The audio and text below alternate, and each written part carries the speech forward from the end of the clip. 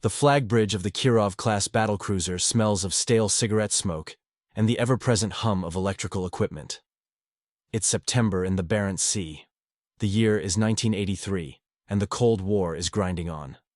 Outside the thick, armored windows, the ocean stretches in every direction. A seamless expanse of gray where water and sky merge, indistinguishable from one another. Inside, beneath the harsh glow of fluorescent lights, a row of Soviet admirals stands at attention, dressed in immaculate uniforms. Their eyes are fixed on the radar screens in front of them, faces bathed in the eerie green light. This is Exercise Sever 83. The jewel of the Soviet Northern Fleet. A meticulously planned and executed demonstration of Soviet maritime power designed to make one thing abundantly clear. The Red Banner Fleet can lock down the North Atlantic, sever NATO's supply lines, and strangle the West in just 72 hours.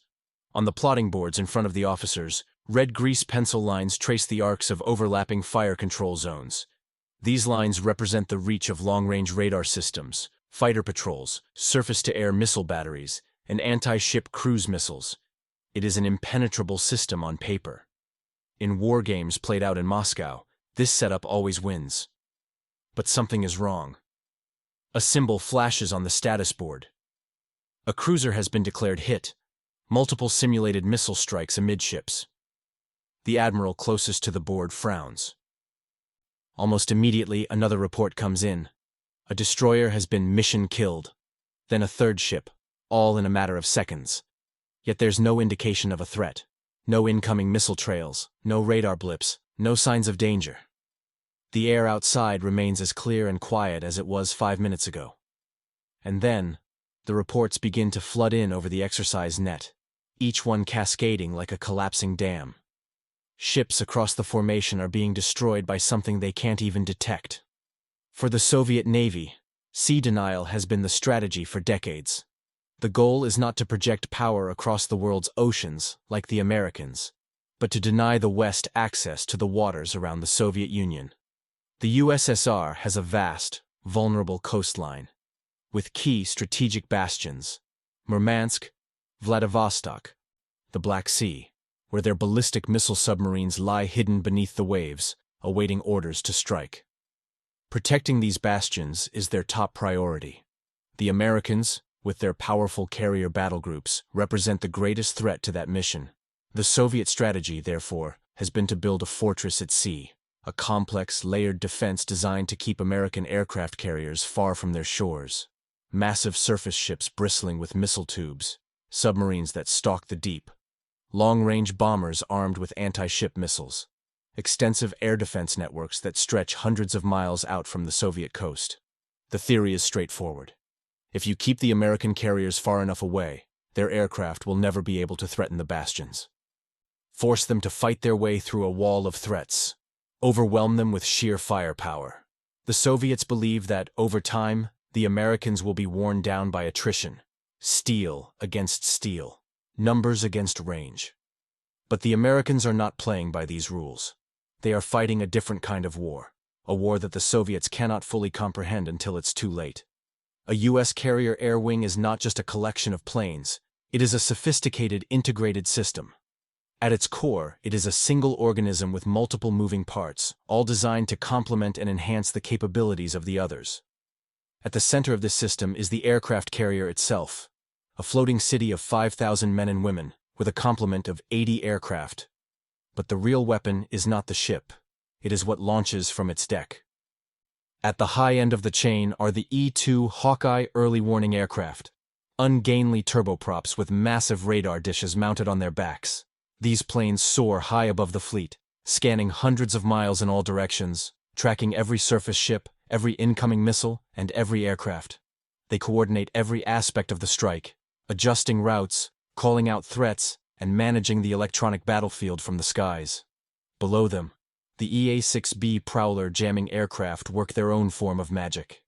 These planes carry electronic warfare pods designed to confuse and blind the enemy, creating chaos in their radar systems. They don't destroy radars. They deceive them, filling Soviet screens with false targets, making them believe they are seeing ghosts or nothing at all. Fighter escorts, F-14 Tomcats, fly above, ready to defend against any Soviet aircraft that might rise to challenge the incoming strike. And then, low over the ocean, just skimming the waves where radar coverage is weakest, the attack jets come. The A-6 Intruders and A-7 Corsairs, each armed with anti-ship missiles and precision-guided bombs. These planes don't fly in a straight line. They don't announce their presence. Instead, they approach from unexpected angles, using the curvature of the Earth itself to mask their approach. They time their attacks so that, by the time the Soviets realize what is happening, the missiles are already in the air. This is no fair fight. The Americans have studied the Soviet system exhaustively, analyzing their radar systems, communication frequencies, and tactical doctrine. They have mapped out Soviet patrol routes and calculated exactly when and where to strike. Their approach is built on data, intelligence, and precision, not brute strength. The strike is executed with surgical precision. Hours before the actual attack, the EA-6B Prowlers take off, climbing to altitude and beginning their work. They don't jam everything. They don't have to. Instead, they inject false targets into the Soviet radar picture. Phantom aircraft appear, only to vanish moments later. Merchant ships are given false positions. The goal is to create enough confusion and doubt that the Soviet operators can no longer trust their systems. The real strike package follows soon after. The E-2 Hawkeye takes station far to the north, keeping tabs on Soviet communications and tracking their fighters. The F-14s fly a barrier patrol, ready to engage if the Soviets launch their interceptors. They don't. The jamming has worked. The Soviets don't see the attack coming. And then, the attack jets begin their work. They fly low, dangerously low, just 30 feet above the ocean, their radar altimeters screeching warnings. At this altitude, they are invisible to Soviet radars, hidden within the sea clutter. They approach from multiple directions, not as a single unit, but as a coordinated group, each plane timed to arrive at a different angle within seconds of one another. This is the key: timing and coordination. This is what the Soviets are unprepared for. The first group of A-6 Intruders appears over the horizon and launches their Harpoon missiles. The Soviet defenses spring into action. Radars lock, missiles fire. But the attack is coming from 3 other directions simultaneously. The Soviet battle management system, designed to handle threats coming from a single axis, is overwhelmed. Fire control radars swing wildly, trying to track multiple incoming raids. Jamming from the Prowlers fills the air with interference. In less than 90 seconds after the first missile launch, the exercise umpires call the results: 6 ships hit, 4 mission killed, and 2 crippled. The flagship is still intact, but it's been cut off from its escorts by the jamming. It is blind, and the entire formation, once the pride of the Soviet fleet, is now a collection of isolated, vulnerable targets. The American aircraft, meanwhile, are already pulling away, skimming the waves and racing toward the horizon before the Soviets can even mount a counterattack. The silence on the Soviet flag bridge is deafening. The officers stand in shock, staring at their screens as if they've been betrayed. One admiral removes his cap, runs a hand through his graying hair, and looks at the plotting board, as though it were responsible for this disaster. The umpires, neutral observers from a third-party naval staff, deliver their assessment with cold professionalism. The Soviet formation would have been annihilated. The American carrier, untouched and undetected, would have simply disappeared into the open ocean, its mission accomplished. This is not a failure of courage or equipment. The ships are among the most advanced in the world. The radars are powerful, the missiles are deadly. But it doesn't matter because the system, Soviet doctrine, tactics, and assumptions, has been outmaneuvered. The Americans did not win through strength. They won through smarts. They integrated their capabilities into a seamless, effective whole, and the result was devastating. The report from Exercise Sever 83 makes its way to Moscow, causing shockwaves in the Soviet chain of command. The Americans, they report, are not fighting a traditional naval war. They are waging an information war. The U.S. carriers do not need to destroy every Soviet ship.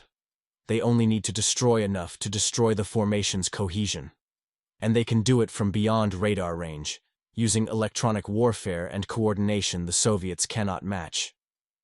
There are attempts to downplay the results, some arguing that the Americans were given unfair advantages. But the more honest assessments are grim. The Northern Fleet, once thought to be an impenetrable wall, has been exposed as vulnerable. The Bastion strategy, built on the assumption that the Soviets could keep the Americans at bay, no longer holds. If a single American carrier air wing can penetrate the Soviet defenses during a routine exercise, what happens when multiple carriers operate in concert? Supported by submarines, land-based aircraft, and NATO allies, the outcome is unthinkable. This is not the first time the Soviets have confronted the gap between their capabilities and American technology. In 1991, during the Gulf War, an F-117 stealth fighter would fly undetected over Baghdad, dropping precision bombs on targets while Soviet-supplied air defense systems fired blindly into empty sky. That moment, the ghost over Baghdad, would become legendary. But Exercise Sever 83 is the naval equivalent, years earlier and just as devastating. It forces the Soviet military to confront a harsh truth. The Cold War at sea is not being won by the side with more ships, but by the side that can see first, strike first, and disappear before the enemy knows what happened. The Americans call it network-centric warfare. The idea is simple. Link every sensor, every shooter, every aircraft, and every ship into a single integrated network. This allows for instant information sharing, faster decision-making, and a unified strike capability. The E-2 Hawkeye sees the target. The EA-6B Prowler blinds the defenses. The F-14 clears the sky. The A-6 delivers the weapon. And the carrier, far out of range, coordinates it all. Each piece of the system is lethal. Together, they are unstoppable. The Soviets, by contrast, are still fighting a World War II-style naval battle with Cold War-era technology. Their ships are powerful, but they don't communicate effectively. Their radar systems are strong but limited. Their tactics are rigid. And when they face an enemy that operates as a single, fluid, adaptive organism, they simply cannot compete. The lesson of Exercise Sever 83 does not immediately lead to reform. The Soviet military bureaucracy is slow to change, reluctant to admit failure. But the lesson lingers. It shapes decisions for years to come. It alters how Soviet planners view their naval strategy, their bastions, and the carrier threat. And in the end, it contributes, albeit indirectly, to the erosion of Soviet confidence that will eventually help bring the Cold War to an end. There is a photograph, grainy and declassified years later, taken from a U.S. reconnaissance aircraft during the exercise. It shows the Soviet formation from high above, their ships arranged in neat rows, their wakes cutting through the gray sea. From this vantage point, the fleet looks orderly, disciplined, and powerful.